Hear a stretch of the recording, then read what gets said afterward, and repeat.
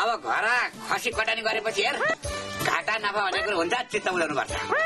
अब यसो गर हो त्यो खुट्टालार त्यो दलिना माथि सिरिनु अनि यो 2.5 किलो मास चाहिँ तिमीहरूका दाजुबहिनी मिलेर खानु ल लैजा। अब बा उता फुलमान काका आ जस्तै छन् फुलमान काकालाई नि 1 किलो मासु दिउँ है। पर्ता हुन्थेस् त्यो बज्जेलाई मासु दिन परेछ भने त हेर त्यो सबै मासुदारमा मल खाता लगाएर घोप्ट्याइन्छु। त्यो डाकाले त 1000 दिन्छु भने म त्यसलाई 1 टौटो पनि दिन्न है। तँलाई ल्याइदिनु कि लान्छस् लैजा।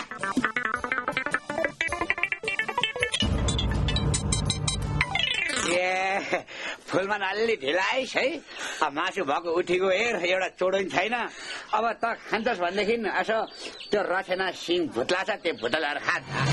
लौरे म यहाँ सिङ भुत्ला लिन आएको होइन बुझिस् म त तँलाई भुत्लाउन आएको।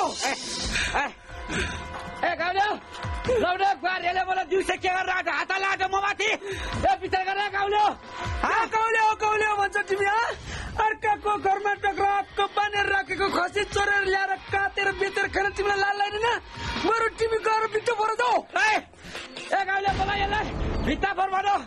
अब मैले खाली यो हातलाई 4000 गरेर दाम तिरेर काटे खसीको तेरो कहिले मैले चोरे भने लाल लाग्दैन तँलाई। फुलमान तेरै खसी हो भन्ने के प्रमाण छ के प्रमाण छ तेरो के प्रमाण छ के प्रमाण छ मेरो खसीले लगाएको माला यही हो यही छ प्रमाण। खसीले माला लाउँछ ए गाउँले सुन्दा हो खसीले माला लाउँछ। हेर यो माला त मैले तल्लो गाउँमा शब्द लाउँदाखेरि मलाई दान दिएर मलाई माला लगाएर बिदाई गरेर पठाएका। यो तिमीलाई दान गरेर बिदाई गरेर पठाएको त्यसमा अहिले तिमी नै लाएर मर यहाँ मेरो खसी खायो यो बुढा बाउले।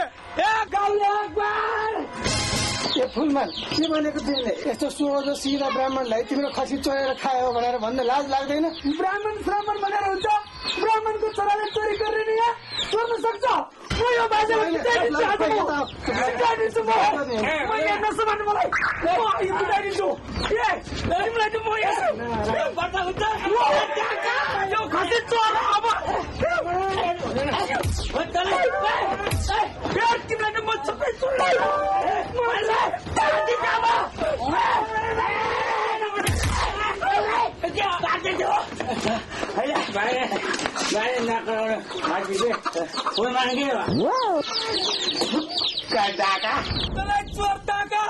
मेरो खसी खायो तैँले नछोड भने मलाई नछोडै त्यसले मलाई छोडिदिनु बाजे मलाई छोडी मैले त्यसलाई झप्टिनु पर्छ त्यसले मलाई उल्टै मार्छ राख्दो गर्छु मलाई बुक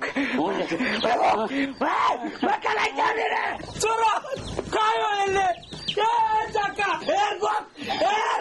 मार्छु तैँले मेरो खसी खायो म छोडेर मेरो खसीलाई साँझेर मिलेर काटेर खाए सिकाएर कस्तो राम्रो कालो गर्नु थियो सबै खाए 5000 रुपियाँ खाता पर्छ। हाम्रो त्यो राम्रो कालो खसी बेच्यो कहाँ बेच्ने त्यो लाउडीले मजाले काटेर सब गमलालाई बेचेर आफूले पनि गाह्रो सक्दिहाल्यो नि छैन।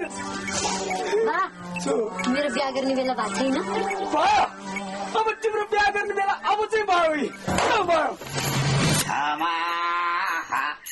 रे ओ माता साता बाले दैलेरी साया सुत्ने बेला मन्त्र अबेसम्म पढिरहन्छ।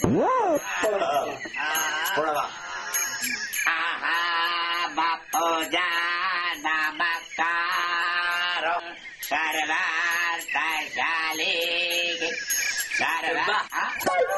माकुरी भाडामा बाहिर गए है यहाँ अलिकता मासु रहेको थियो त्यो ल कुकुरलाई यो मासु खान्थ्यो म के भन्छ दाम पर्या चिज त मर्खा त लाला फाल्यो भन्छस् भन्छ रहेन तेरा बाउले कमाएर ल्याएको थियो उसैले त्यो बज्जे त्यो फुलमानेले मलाई दुनियाँको अगाडि मलाई आराम छोड्दोस् लाएर मलाई भित्र कस्तो चित्त दुखिरहेछ।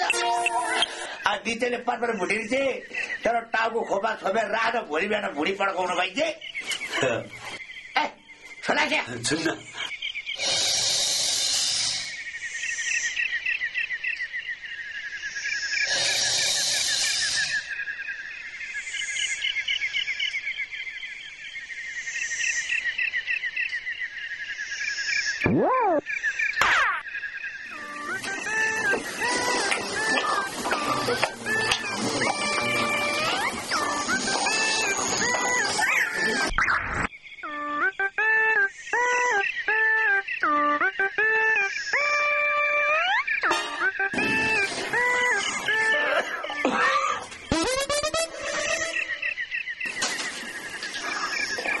बा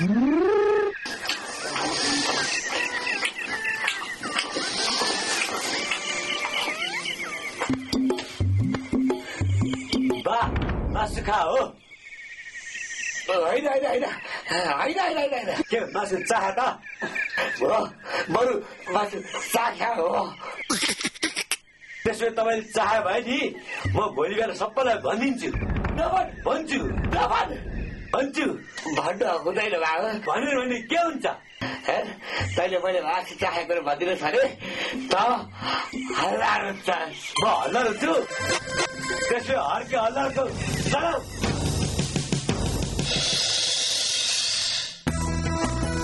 मलाई हेर्नु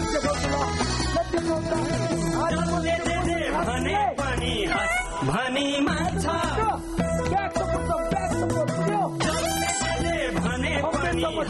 भनी मान्छ बिरानो सबलाई उल्टो